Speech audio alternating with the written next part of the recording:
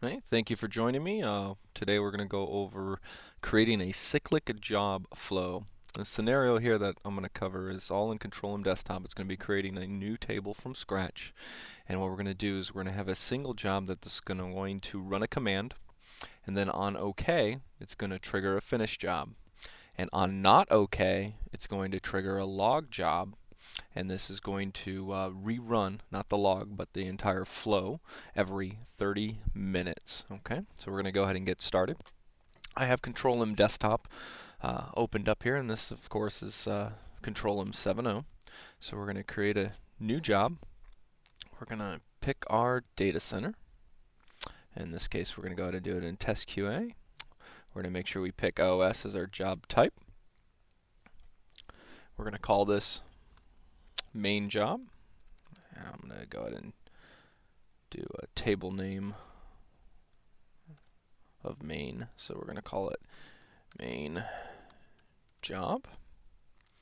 Our parent table here, we're just going to name main. Our application, we're going to call test 101. 101. And our group is going to be test 101. Okay, my owner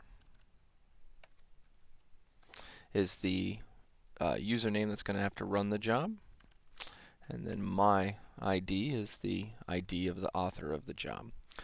We're going to do this as a command, so I'm going to do just a simple Linux command for a sleep for this job to be successful or unsuccessful. I'm going to do a nice little sleep of 5 seconds. All the stuff I'm removing here is from a previous job that I created, so it brings in by default what was left there. We're going to put a short description in, and normally I would link to documentation as well. And then we're going to go ahead and we're going to go over to scheduling here. I'm going to say that this runs all months and all weekdays. For execution, I'm going to put in the node group that this is going to run on. Okay, and the node group is defined in our configuration manager. It'll bring in the server. I'm only going to run it under the whichever node's available. I'm going to give it a priority of AA just because it's test. And I'm going to say this job needs to start at 3 a.m. and has to be completed by 2300. We're going to use the system default time, so we're not going to change for any specific time zone. Like I said, this is going to be a cyclic job, and we're going to need it to run every 30 minutes. So I'm going to check the little cyclic job box, and I'm going to go here, set. And I want it to run every 30 minutes. Okay, so from job starts, fine. We're not going to do a max wait because this job is going to end each day. If you look in here, we can do run at specific time. We can give it tolerance minutes. We're not going to do any of that. We're just going to tell it to run, very basic, every 30 minutes. Now this job is going to have no in conditions besides its system requirements, but it is going to have an out condition. And what we generally do here is we do a %% job name, and then I do an underscore, which you have to enter a period here because you're using a variable. So when you do %% job name, that lets the system know that there's a fictitious space there, but it won't actually put the space into the out condition through the system. So if you don't put that period right in between that underscore and the OK, you'll get a CTM error on that because it'll think that %% job name is the condition that you're shouting to the system, and the system will not like that. So make sure you have a period in there and then underscore OK, or type in whatever out condition you want. So in this case, our out condition is actually, if we were doing it manually, this is the equivalent of saying MMA or MA underscore job underscore OK. Those are the exact same condition as the system will see it. So this is nice when you're recreating multiple jobs. You already have the out condition there as your standard. Okay. because this is a test, we normally use quantitative resources as just system parameters or as queues. So I'm just going to go ahead and put the main system quantitative resource. So if for some reason the system was down and someone zeroed it out, we don't have any control resources for this job, so we're not going to use that. And I'm not using any variables for this job, so I'm going to go ahead and leave this blank. What I do want, however, is in here in the steps tab, is I want to trigger on a not okay. I want to send out a different condition so that the log job will run.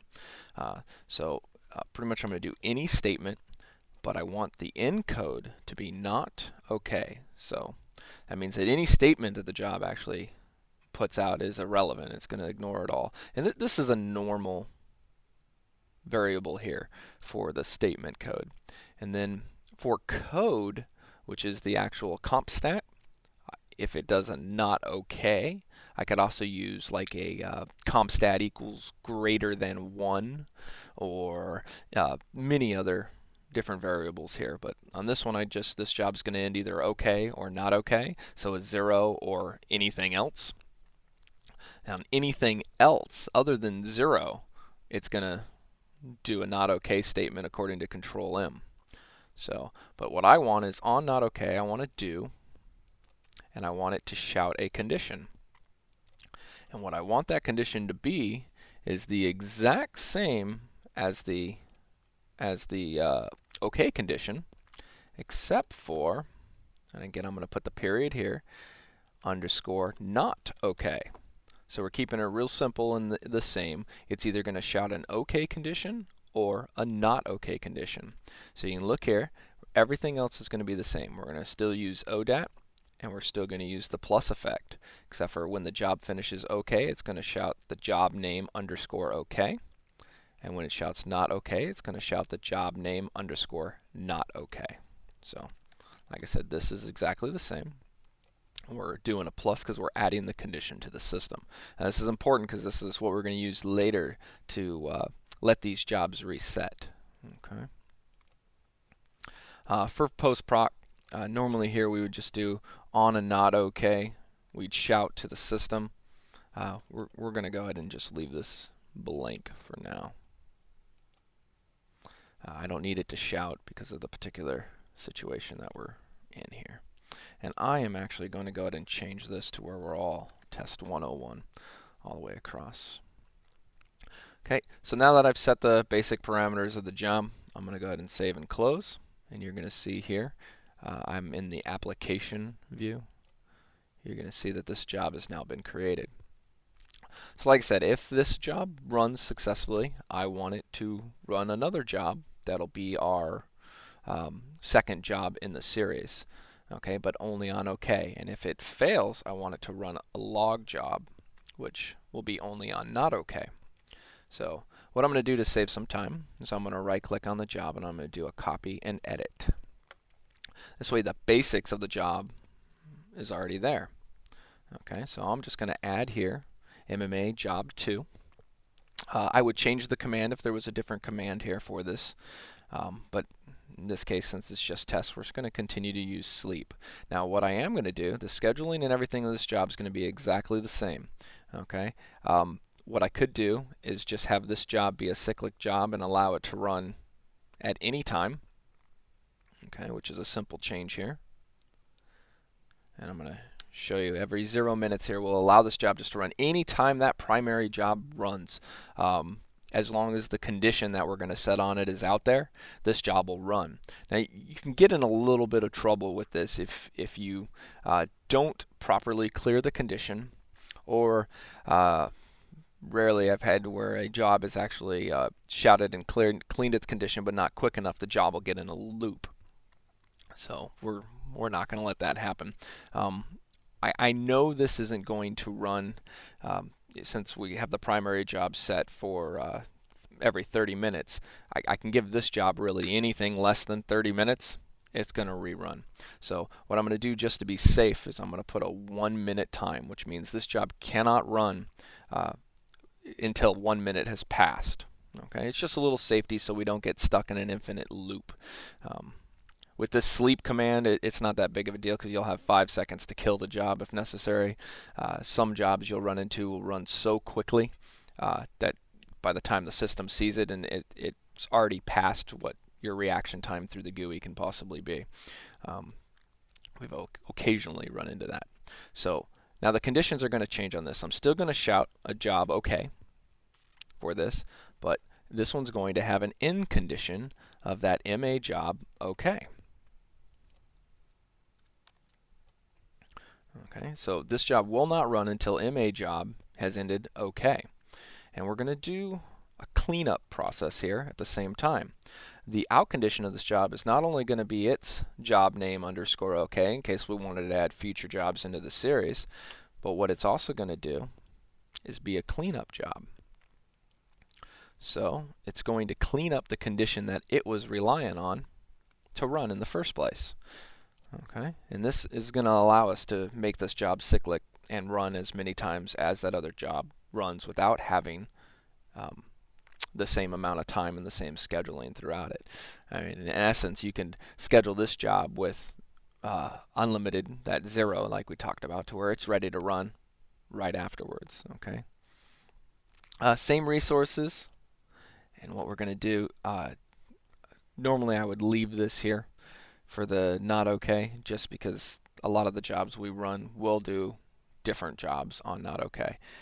So what I'm actually going to do is make it, because I know I'm not going to have a second one, I just want to clean up that requirement out there. Okay, so now we have our second job made.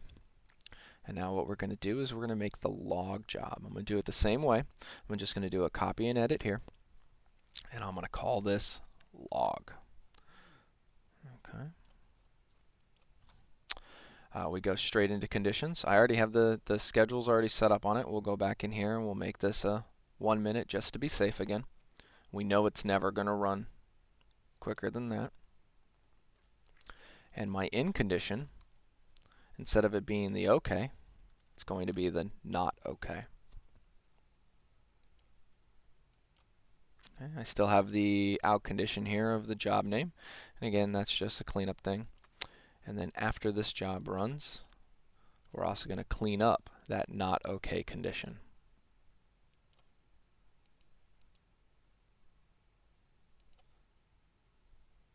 Okay.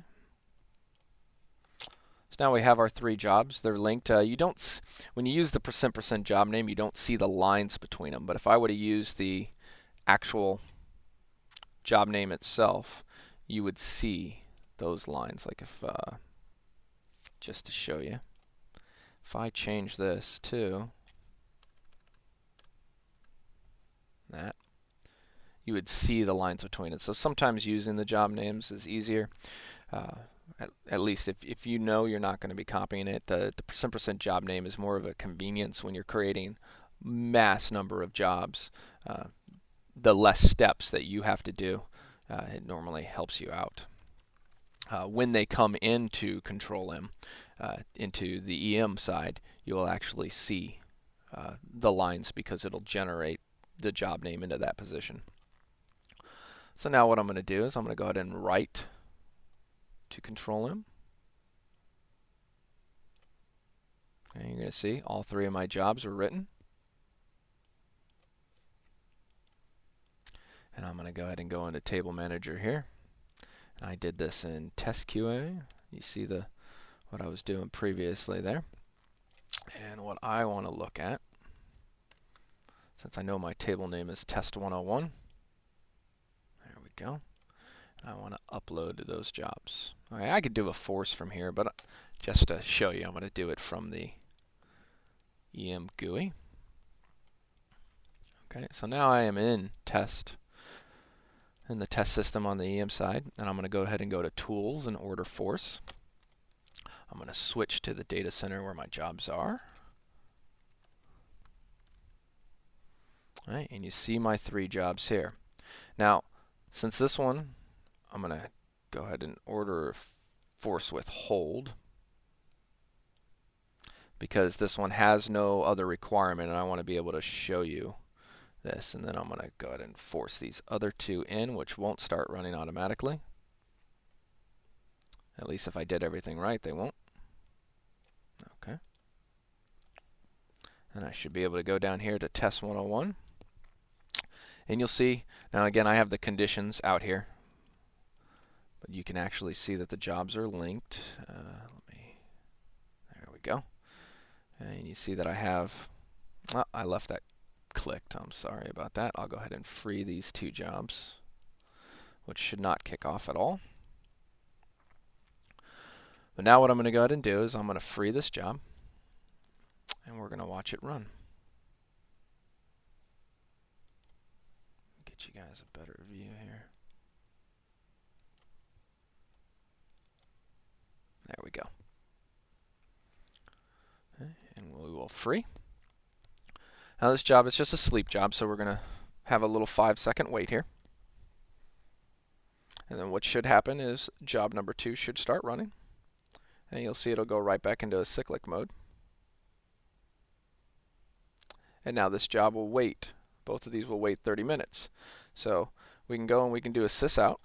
And we can see that the sleep 5, we see that it is 0 state. So that's okay. That triggered this job. And we can look at that in the log. So you see that I freed the job. Its quantitative resource was allocated here. It's submitted to one of the servers in the node group. Then it went ahead and it executed, waited its 5 seconds, and ended OK. Okay, and then you see that it shouted the condition MA job OK and said that it was added to the system. And if we compared timestamps, you would see that the log of this job, it was changed to the wait condition, and then it was allocated, so it got its condition. It ran. It ended OK, and then you see here that it deleted the OK condition and sent out its MA job 2 condition. Okay, now if we do a Y on this job, it's going to say its next time window hasn't come yet. If we do a Y on this job, it's going to say it's waiting for its condition. Same if we do a Y on this log job here. It shows that it's waiting for its not OK condition. Now what we want to do is we want to test this job and see if it'll work as designed. So we want to make this job in not OK. So all I'm going to do is I'm going to hold that job. I'm going to go into properties and I'm going to make this job fail. Since there's no eep5 command, this job will fail the next run. Now I don't want to sit here and wait 30 minutes for you guys. So I'm going to go ahead and refree this job, and what I'm going to do is I'm going to use the bypass command, which is going to bypass the cyclic time requirement, and it's going to allow me to run this job now. Now you're going to see this job run and then fail almost instantly, and then we should see the log job goes yellow. Now the log job's going to run, it's asleep, it's doing its 5 seconds. And then now when we do a check on this job again, should go right back into a wait state. You see it's a couple minutes difference in the time that it took us. And when we check the log, you'll ignore the first run. We'll go here and you'll see that on not OK, because it ended not OK, this job sent out its MA job not OK condition was added. Now you can ignore the bypass stuff. That normally won't be there unless you bypass the job. Then when we go to the log here, we see that it received its condition and it went ahead and after it finished OK, it cleared that not OK condition.